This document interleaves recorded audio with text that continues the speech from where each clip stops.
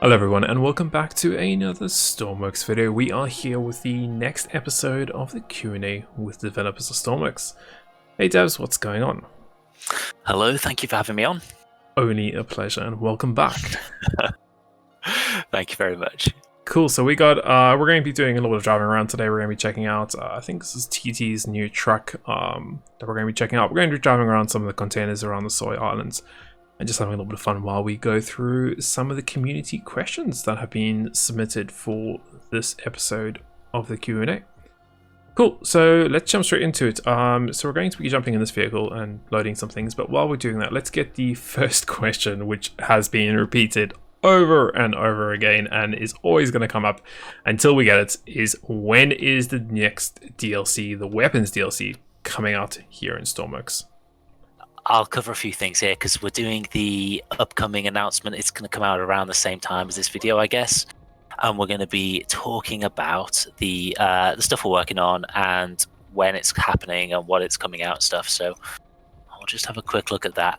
So we've got the steam and nuclear power. That's going to be the major update. That's the next major update. And hopefully we'll be announcing the release date of that in the next few weeks. We'll be announcing the release date. And so, you know, that's going to be available in, I would say, weeks rather than months. The weapons DLC is later this year, and it's not finished yet. We haven't set a date yet. We'll let you know the date when we set it. But we have committed to this year, so in the next 6-7 months, I guess. We're also doing loads of mission content stuff, and that'll be coming out probably as minor updates throughout the year. We're working on the natural disasters major update. It was in the roadmap, and that's again planned for this year, and that will be the third and final major update of the year we expect. And then of course we're also just doing the quality updates and the bug fixes, and we're just trying to continually get those out as best we can. Great, so that was the first one. The next one, which I think has been addressed before in another Q&A, but we'll have a look at it again. So users obviously speaking about the Bouyanacy Drag and if this is going to be addressed in a future update. Yeah, I think we discussed this possibly the last time and the time before as well. Yeah. So we got the fluid dynamics, which is the hydrodynamics and the aerodynamics, and it keeps coming up. Players keep saying, "Can you improve it?" We would love to. I think, you know, I'm very aware that there's a lot of players making planes, and the planes require just too little runway to take off. You know, the air is too thick, it's too kind of viscous. The same with the hydrodynamics. I think we've kind of tuned it a little bit like that for a reason. I think it was because you know, everything's made from the same blocks, and it's difficult to get it to balance out. And I think the situation is, yeah, we like the idea of improving it.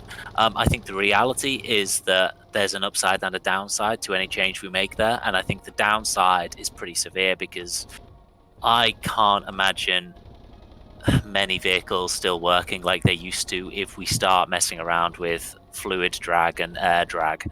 So, you know, our plane's still going to take off? Our boat's going to behave correctly? Are they going to start capsizing? Are they just going to behave too differently in the water to be the same? I think a lot of players would be very upset that we've changed the behavior of their vehicles, especially when it would be such a broad and wide applying change. So I think it's going to be very difficult for us to take action on that.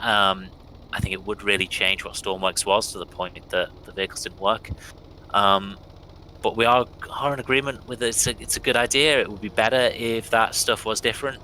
I think we might have to save it for the next game if we start working on another one. It's just so difficult. I think, unfortunately, players do need to consider, can we change that without breaking everyone's vehicles? And there's so much stuff that we can do which will benefit all players. I don't think we need to be doing stuff that is going to benefit just some players and inconvenience a great many players. I don't think we need to be doing that right now. So I guess the answer is that we don't have any plans to mess with buoyancy and mess with drag because we're concerned that we would damage the behavior of existing vehicles.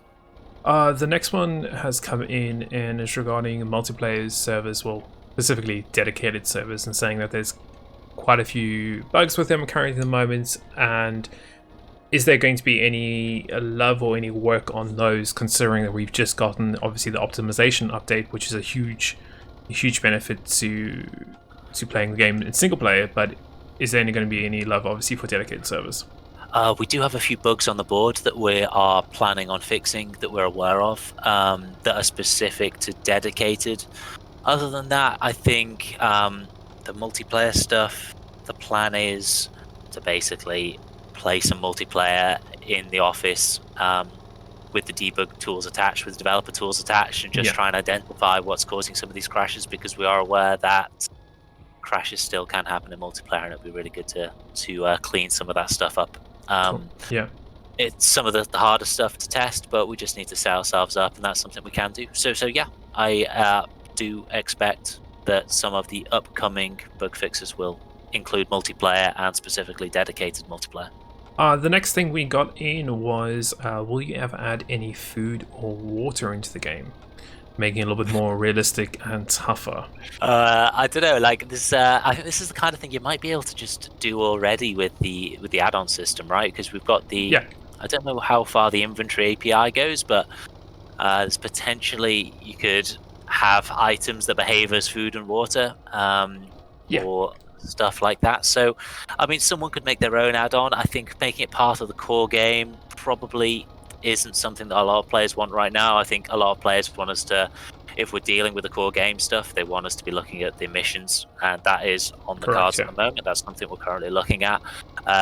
To start to creep what the game is and start to creep and extend stuff without finishing other parts of the core game, I think would be a mistake. So no, we're not planning on adding food and water system right now, but we think, you know, if a player really wanted it, that you could probably make some kind of add-on that had the same effect. Yeah, you could just use the Lua scripting, just like you can build some money into it, or just instead of money you could do it as health, I guess, or hunger.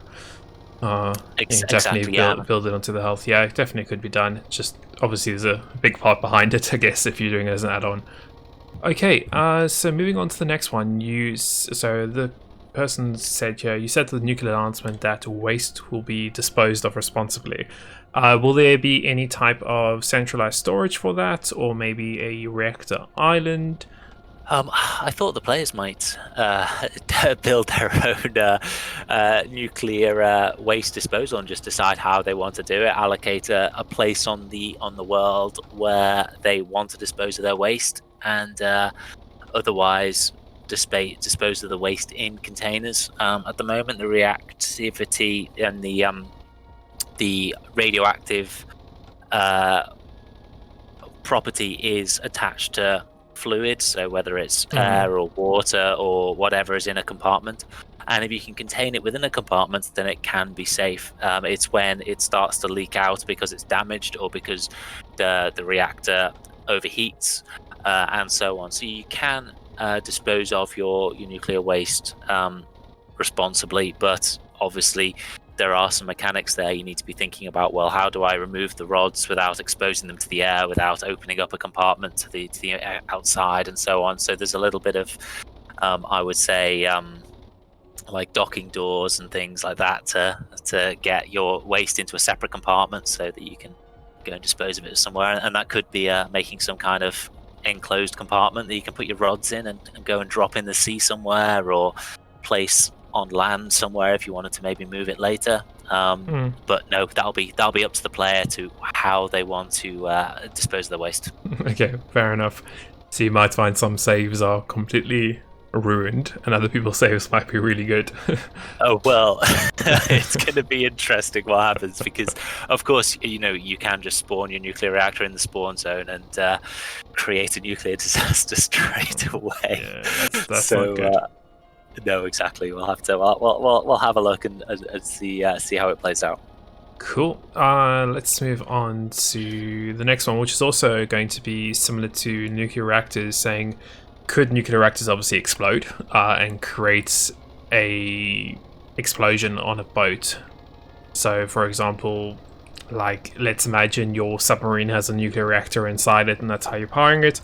If that was to explode, would that damage your entire boat and then your whole boat would sink, or your submarine would sink? So with the nuclear reactors, they can overheat. I know the players love overheating mechanics. Yeah. But the nuclear reactors are relatively straightforward to control the speed of the reaction.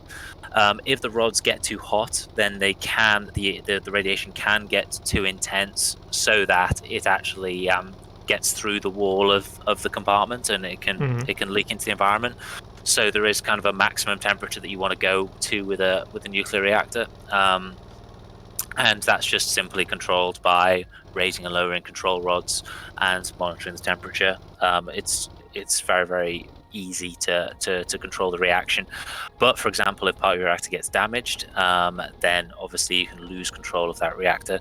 If it does get too hot, then yes, the radiation can leave the compartment that it's contained within. And I think we'll probably set components on fire in that case as well, potentially. Not sure if we'll do that or not. No explosion. Well, I think I'm not a nuclear scientist, but I think that energy nuclear reactors, the uranium or plutonium or whatever it is, isn't concentrated enough so that it would react in a kind of an explosion type way. I think the heat generation gets out of control and the material melts. I think that's kind of what happens at Chernobyl and so on. Great. The next one that's coming in is obviously about the steam power and coal update that we're getting soon. So the question here is, are we going to get some type of conveyors? And secondly, how is refueling going to be possible? So I imagine the creator's obviously comparing what we have now at the moment for obviously like diesel and jet. You know, we have gantries and things that we can travel around and get it stuff from. What would be the case for coal? So, this person's asked, will there be some sort of coal mine? We're working on adding in some kind of coal-producing locations and coal-consuming locations now, such as, yes, coal mines and places that require coal, and we can add that into the trading system in the same way that you can trade fluids and you can trade containers. We're also reworking the fluid system so that the fluid trading system so that it's better, deal with some of the issues in it. And then in terms of actually coal handling, you can put coal in a hopper. That's where it lives. The coal, when it's not in a hopper, it will be a physics object, so you can kind of deal with that any way you want. However, it does have a limited lifetime, so coal outside of a coal container, a coal hopper, will despawn after some number of seconds. So you do have some number of seconds to drop coal out of a hopper using a coal funnel, transport it using whatever physics setup you wish to, and get it into another hopper before it despawns. So yeah, you could make your own conveyors, I imagine, or you could have some kind of a hopper moving system, or you could use the hoppers in arrangement with the hoppers. When they're placed next to each other, they merge together so that you end up with one large container that's made of multiple hopper parts. And that coal can be accessed from any of those parts. So, you can have a hopper in one place and then a funnel with several hoppers connected, and then a funnel on the other end. And of course, you could drop coal in any of those hoppers and then release it from the funnel in any location that's on that same connected blob of coal handling parts. So that's how that stuff's going to work essentially. Okay, so it would just be for example, just be like right now I've just dropped binoculars on the floor, be something to that where you can obviously pick it up and move it between things, in theory. Yes, except that you've got to pick your binoculars up within X seconds, otherwise they'll despawn. Cool. Okay, so that's very interesting about the coal and how that will work. I think players, it opens up quite a new level of detail that you can go into, which I think will be pretty cool. So the next question, let's have a look at the next one. So this question is coming in. Is there going to be a sail in the game or some type of rope? I think we've addressed this before, but obviously I think it's been a while since we've spoken about that. Yeah, I'll be brief because I'm sure we have answered it before. I think sails would be cool, but they're a bit tricky with the physics. We don't want to add sails unless we can do a really good job. And I think the hydrodynamic stuff that we discussed being not as realistic as it could be does mean that are the sales dynamics going to make sailboating fun and work? I don't know. We did look at it. We did start working on it. We did want to do it, but we have put that on pause right now because we are nervous that we can't do a really solid job on it. So we're still thinking about it. Next question is, will you implement the Vulcan API at any point in time? I think we can give this a good solid no. I think OpenGL is working well enough. And in fact, Vulcan API could just open up new problems. It's a new API. Who knows how good the support for it is? And I think, we'd just be nervous that we're going to end up finding that there's lots of bugs in graphics drivers with regard to this brand new API, which is and when the OpenGL stuff is working great and there's no performance problems, then I say no performance problems. I'm obviously aware that what I mean is no comparable performance problems. I don't think it would be any faster if we use Vulcan API than if we just carried on using OpenGL, which is a much more older and well-established API. Okay, so moving on to the next one. So is there any plans for improving the editor performance? Obviously, right now we've just gotten the performance updates for in-game, but is there anything planned for the editor? So I see this person specifically said connection tools, split bool, and number. So I think it's some of the specific tools can get slow when, for example, you've got a lot of logic connections. Yes, exactly, yeah. Or or I think the connections. So some of the special rendering modes, isn't it, where it can start to slow down. That could happen. I'm certainly not against that. I don't think it affects everyone, and I don't think it's too high on the list right now in terms of areas of the game to optimize. It's probably not the top one, but yeah, we could do that. I'm not opposed to that. I think that's probably a good idea. If there is a performance issue on the recommended hardware, then yeah, we should have a look at it. Great. The next one is, will you add tornadoes in disasters? Obviously, I think you're getting natural disasters later on this year in one of the updates.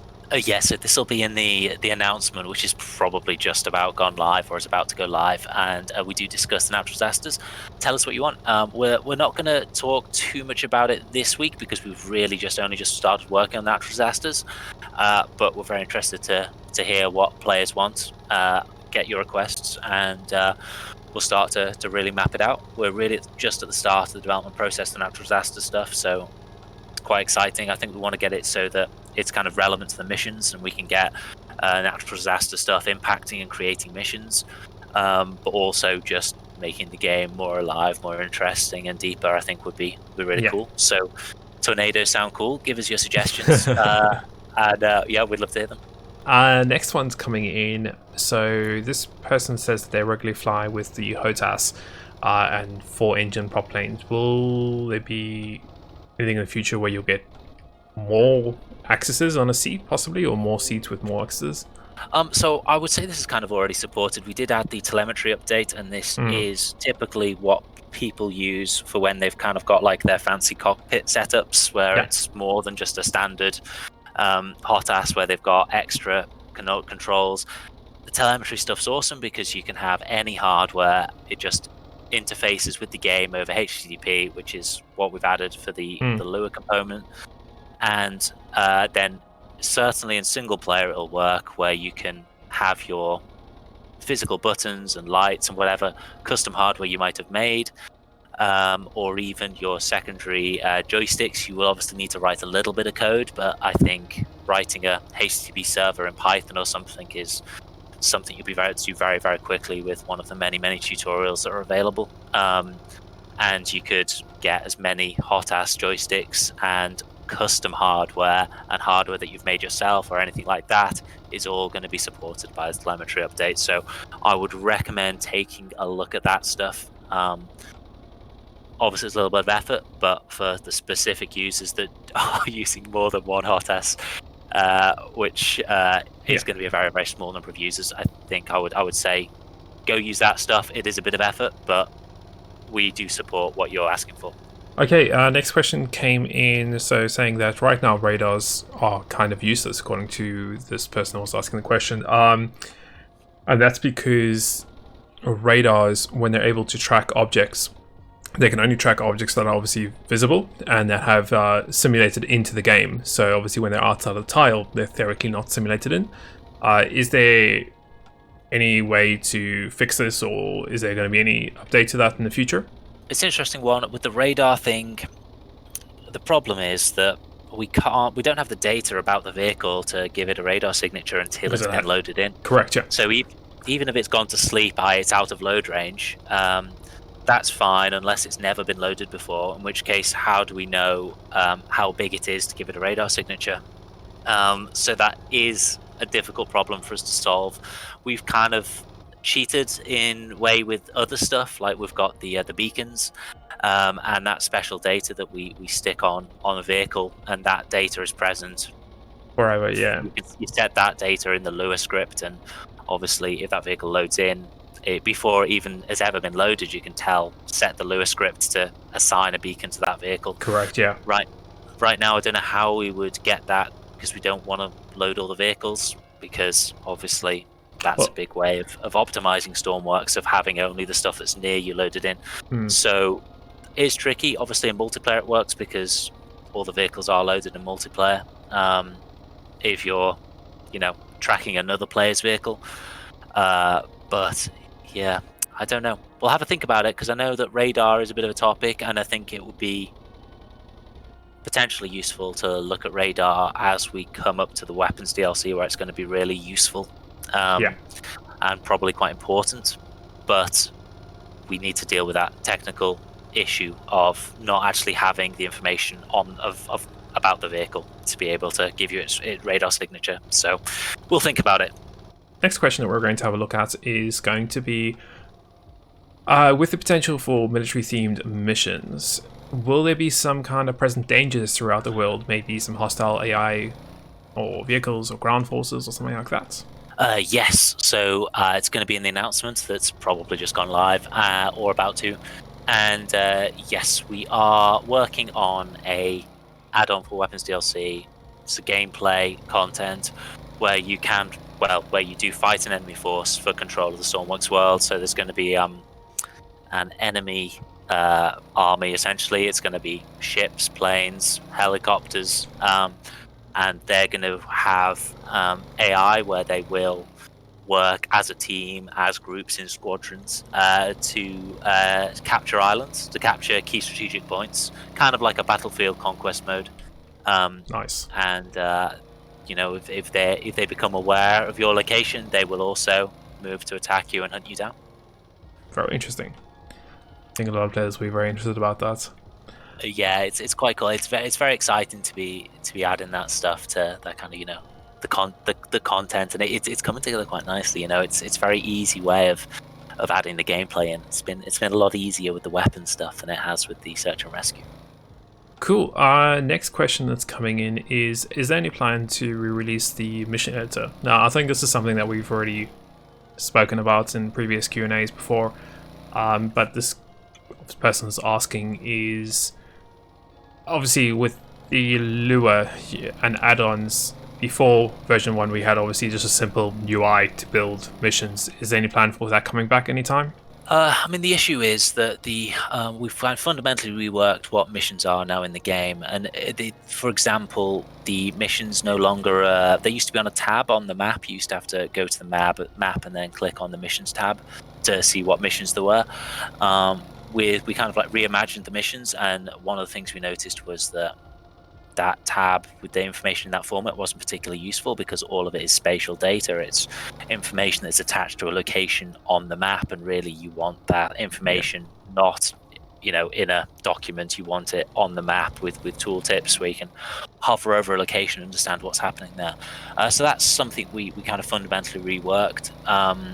And then also, I suppose it's difficult to say, oh well, we just re-add that stuff and have the two systems side by side, because then you've got some missions are shown in one way, so some are shown in the other way, and it's kind of confusing to players. and it kind of feels incongruent and unfinished kind of thing. So we don't really want to have two systems that are trying to do the same thing, that are kind of competing. The other thing is that the data we've got is that the old mission system wasn't widely adopted, and there's very, very few players who ever uploaded workshop content with missions with the old system. So that was a concern that players weren't really using that editor. So we're nervous to re-add it because we know that players weren't really using it, and it's going to be difficult to re-add it and then modify it so that it doesn't kind of compete with the existing system. I think we'd probably be better getting some better documentation, better tutorials on creating the stuff in Lua, replicating the actual stuff in the old editor isn't necessarily a huge number of lines of code, and it could be relatively straightforward and a relatively good way to get into Lua as well. So I think we'd prefer to try helping players use the new Lua add-on system, because it's also a lot more powerful and you can do a lot more with it. Correct, yeah. Before we start looking at re-adding the old system. Great, so let's have a look at the next question. And the next question is coming on, and this is once again about missions, is there any plans to increase the variety of missions?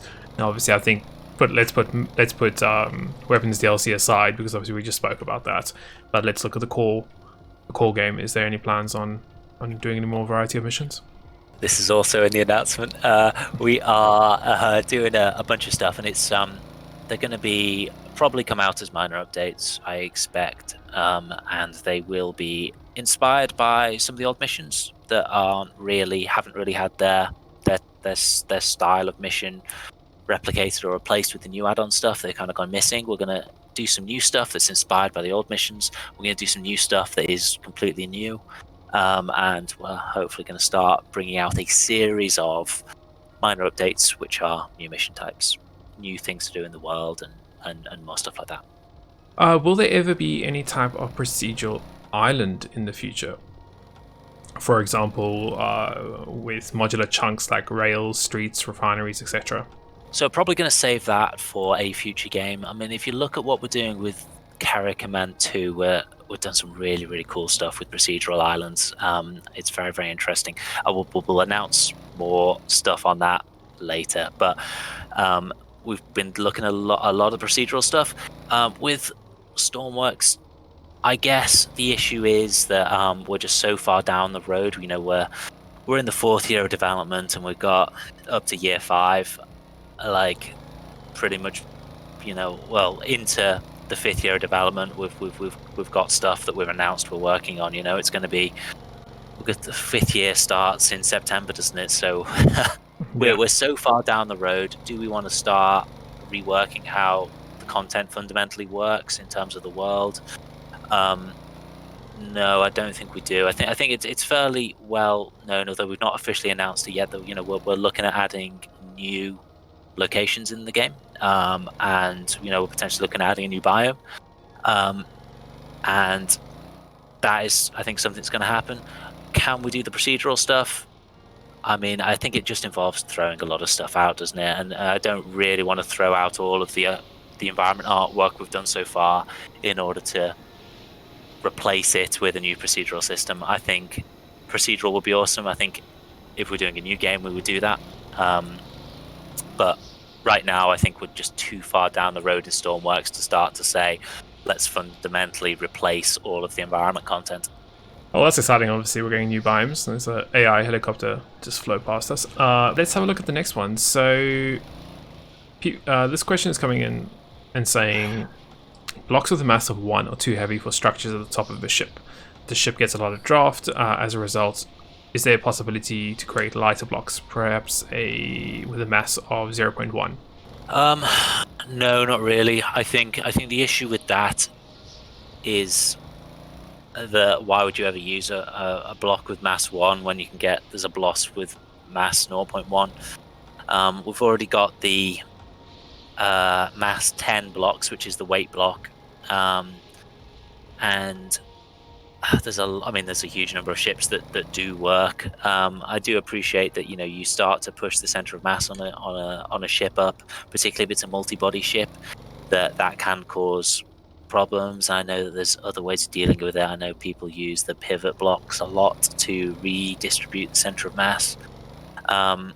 So we're aware of that stuff, but I don't know. I think if we added a block of mass 0.1, then that's going to become the new regular block, and if someone needs a heavy block, they'll use a massive one, and then of course the physics won't really work anymore because stuff will be too light, because the mass of one is a Stormworks mass of one.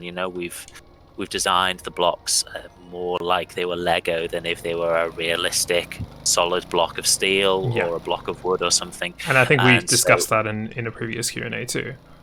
Yeah, they need to be interchangeable. I think if you want to modify the center of mass, use the weight blocks, and also look at the shape of hull. The rules of displacement and naval design do apply. With the different shape hull, you can get your center of buoyancy to move further than your center of mass when your ship tilts from side to side. That's the fundamentals of naval stability. And so, and typically square bottom hulls do that very well, or otherwise ships with keels with a low center of mass with weight blocks at the bottom can also improve the stability.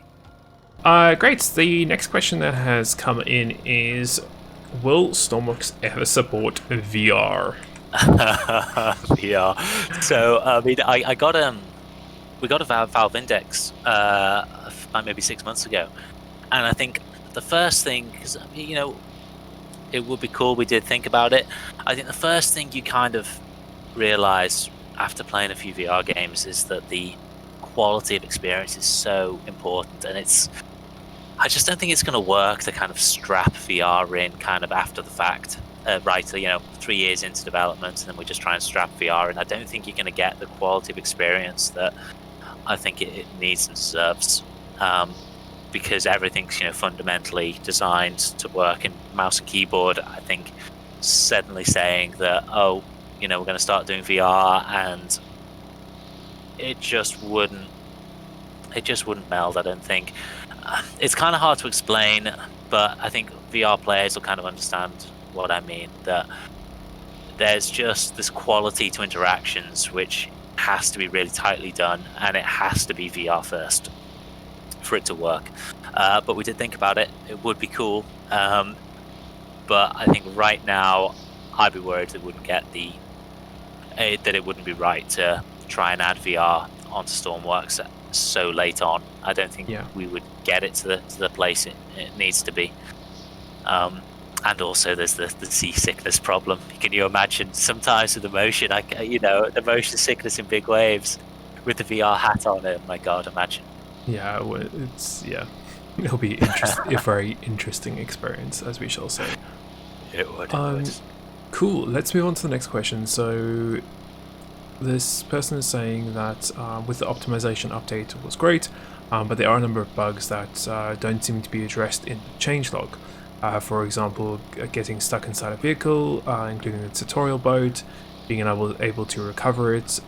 For one, are there any plans for more bug fixes and optimizations in the future? Just looking for this question. Here we go. Yeah, okay.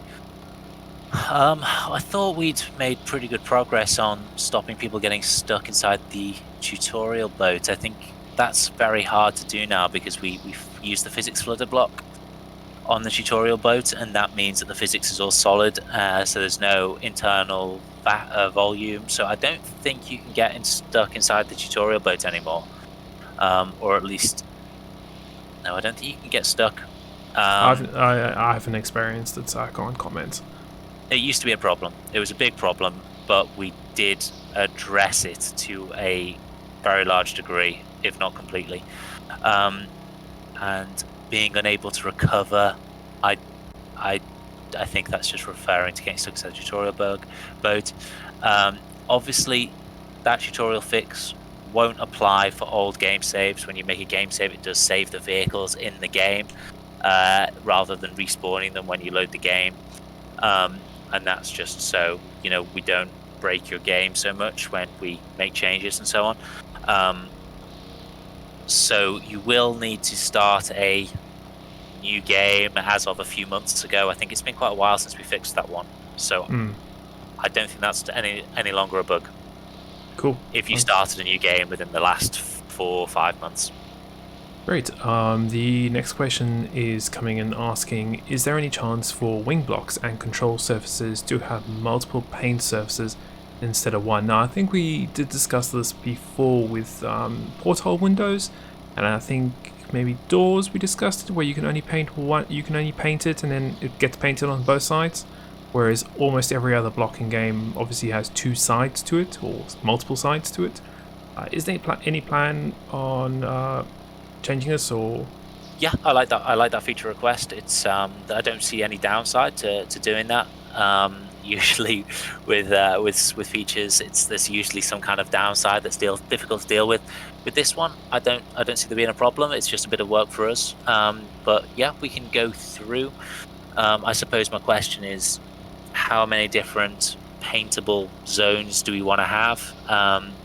I think the idea of making everything like the paint block, where you can just paint the individual pixels for every block, I think that's probably out of the question at this point. It's just that's a little bit too complex. I would even say for myself, because paint blocks are great for adding detail, but it's an absolute pain if you have a lot of them and you want to do a big design. Does that make sense?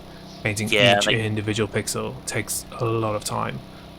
Yeah, exactly. But in terms of this one, could we add, say, a second or maybe even up to 4 uniquely paintable zones on components? Go and do an art pass where we tag those zones and then add the code support so you can paint the 4 unique zones. I think that is something we can potentially do. So this question comes in, can we have a roadmap for non-major updates so we know what to prepare our creations for? We're pretty transparent. I think we tell you when we kind of know, and often these minor updates are being prepared within 3-4 weeks of them going live. We are quite transparent about what's going on there. Also, it is quite good for us to be having stuff to talk about on a regular basis.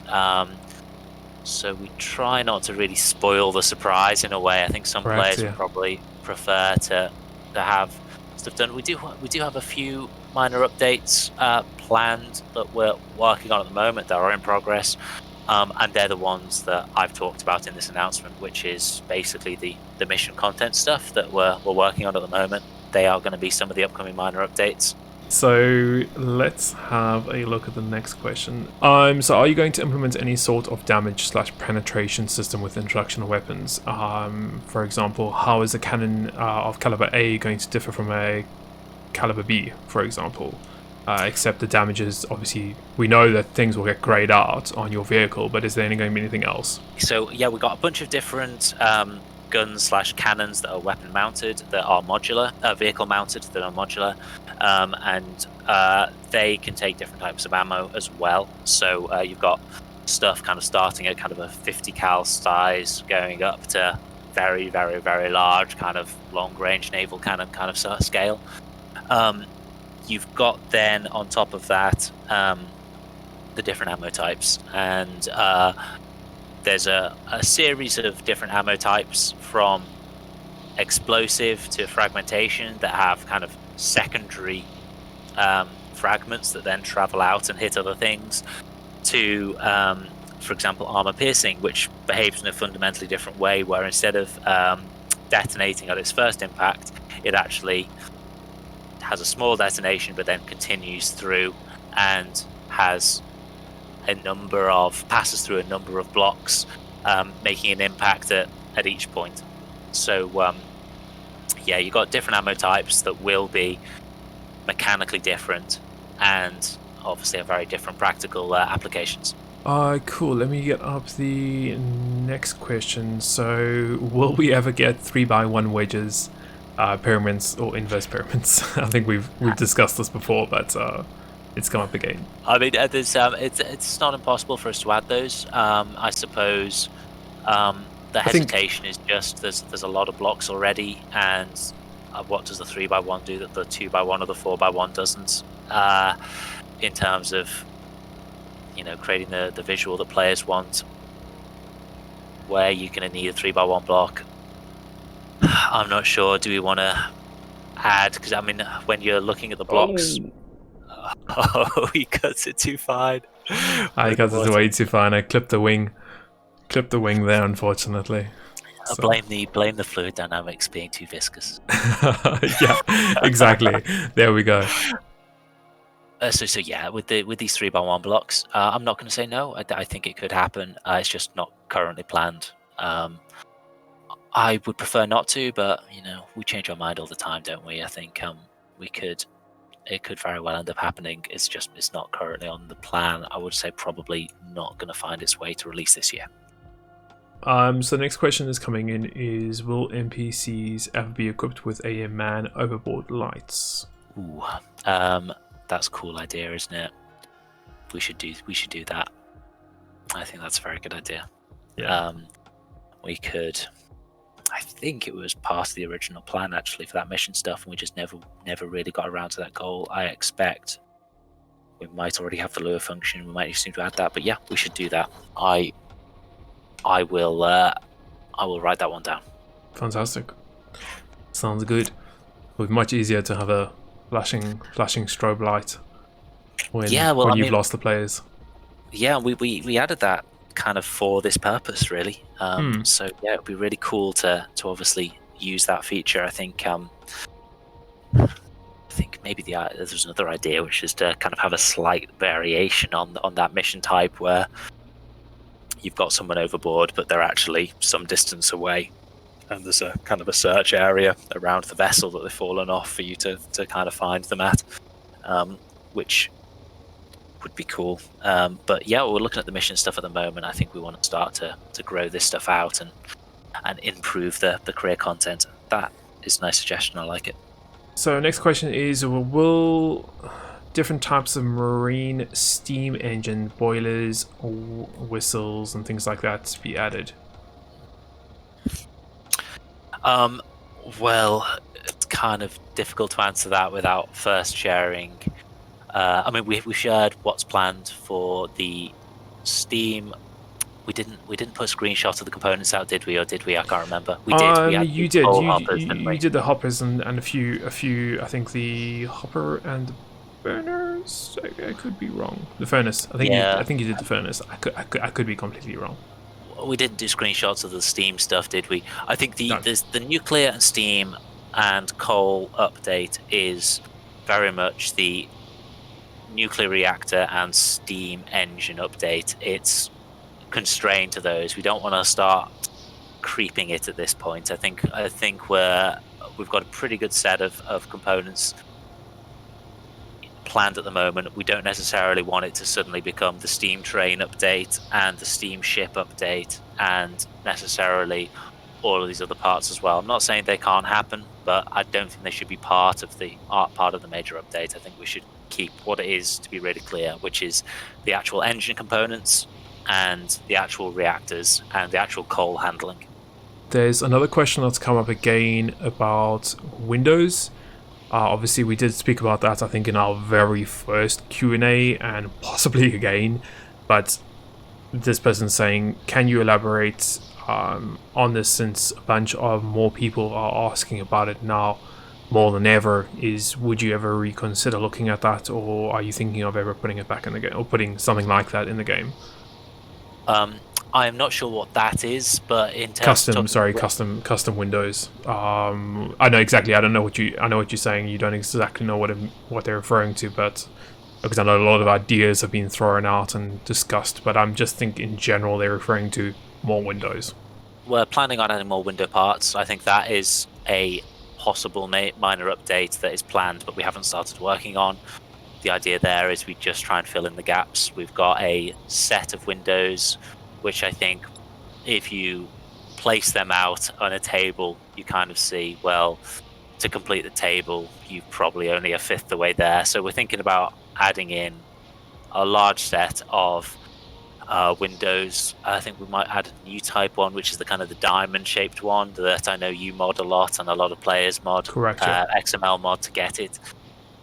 So yeah, we're looking at adding in a bunch of different windows to just complete the existing set and add those diamond-shaped windows in. We're not currently planning on adding the 2x1 or 4x1 slopes because of the stuff we've answered before, where it's doesn't really work with the buoyancy system or the physics. Well, more the buoyancy, where it's just this situation with the windows. You need to see the water against the window. We don't have a way of, at the moment, the game engine doesn't support having the different slopes of the buoyancy data.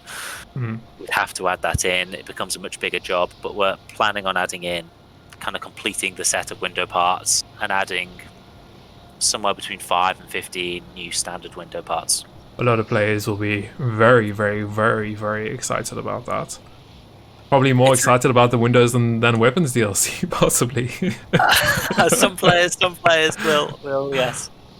Oh, but we'll see that. Yeah, that sounds good. I'm sure players will be very excited to hear about that, and also possibly maybe see or get some more ideas. As you said, I know you're doing the diamond one, but what other types people I think would be very interested to find out. Cool. Let's not spend too much more time on that, because obviously we have spoken about that before. Another question is coming in is, how are you guys? Yeah, we're doing great. I think spirits are quite high at the moment. We've done some good updates, and it's nice being a Stormworks developer. I think it's really rewarding when we make positive progress on the game. I think we're really pleased to have done the optimization update recently. I think that was really fun, and the reaction to that was fantastic. And yeah, it's still very, even after over 3 years, like 3.5 years now or something, we're still getting a lot of reward from adding brand new, exciting stuff and systems to the game. So it's really good fun. Fantastic. Thank you for asking. Let's move on to probably one of the last questions, I think, actually let's do 2 more. So we have, is there any plans to increase the flow rate of fluid ports? Currently selling oil and fuel and things at the areas takes a really, really long time. Is there any plans on changing that, or maybe introducing a bigger pipe size, or? So with the fluid system, I think the theoretical limit is about 8,000 liters a minute. I think the practical limit is probably more like 6,000 liters a minute. So you should be able to achieve 6,000 liters a minute with a simple port to pump to nozzle kind of setup. And that is pretty fast. 6,000 liters per minute is a lot of fluid, and is much faster than it's probably 4 to 10 times faster than a real oil tanker would load and unload. But is that the engine limitations, or are we talking about components like the fluid port itself that can maximum only handle 6,000 liters per minute? Yeah, it's the fluid mechanic. We've the fluid kind of goes from the component into a pipe between 2 components, and then into another component, kind of the following frame. So it spends 1 frame in the component, and I think it's about 10 liters goes in a pipe. Up to between 5 and 10 liters can go in a pipe section. So you can't move more than 5 to 10 liters per tick, but to keep it smooth and stable, it needs to be less than that.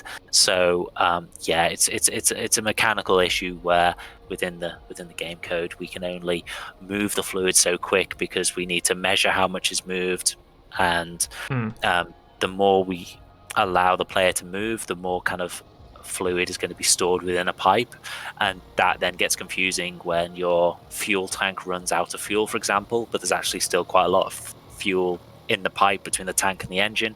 Your fuel tank reads 0, but your engine's still running, and we've kind of got a balance there where at the moment your engine can carry on running for a number of seconds. If we start increasing how much fluid you can put in a pipe, then that's going to not be seconds, it's going to be minutes, and it's just going to get it's just going to get a bit weird. So I think at the moment we can't really increase the maximum fluid transfer rate without there being consequences, which may detriment other parts of the game. And let's move into, I think, the last question for all we have time for today. Could there also be some type of e-fuels, like hydrogen in the future, to bind surplus energy? Anything is possible. I mean, you know, there's the potential for a space update, which I will, full disclaimer, not even started designing or anything, like never mind developing. I think space update would be cool. Obviously, there'd be new fuel types involved in that, and potentially liquid hydrogen, liquid oxygen, and so on. I don't know. Off the top of my head, there could be stuff. Could we do different energy types? Yeah, you know, there could be other propulsion types. That's possible. Definitely not in 2021. And we're kind of planned for the next 9 months. Maybe we've got planned out what we want to achieve in terms of major updates. So it's not going to happen soon, but yeah, that's possible. So I think that's all the time we have for this Q&A. Thank you once again for obviously coming through and answering these questions from the community. I think, you know, a lot of people will be happy to hear some of these answers. Some people might not be happy to hear some of these answers, but at least it is clarified, and it is, of course, shared with the community, which is good to hear. There's some big highlights here, especially with Windows, so I think people are going to be really happy with that one. And yeah, so thank you once again for taking the time out for the Q&A. I appreciate it, and I'm sure the community does too. So we'll see you in the next one. Thank you very much. Thank you very much. Thank you. Bye-bye.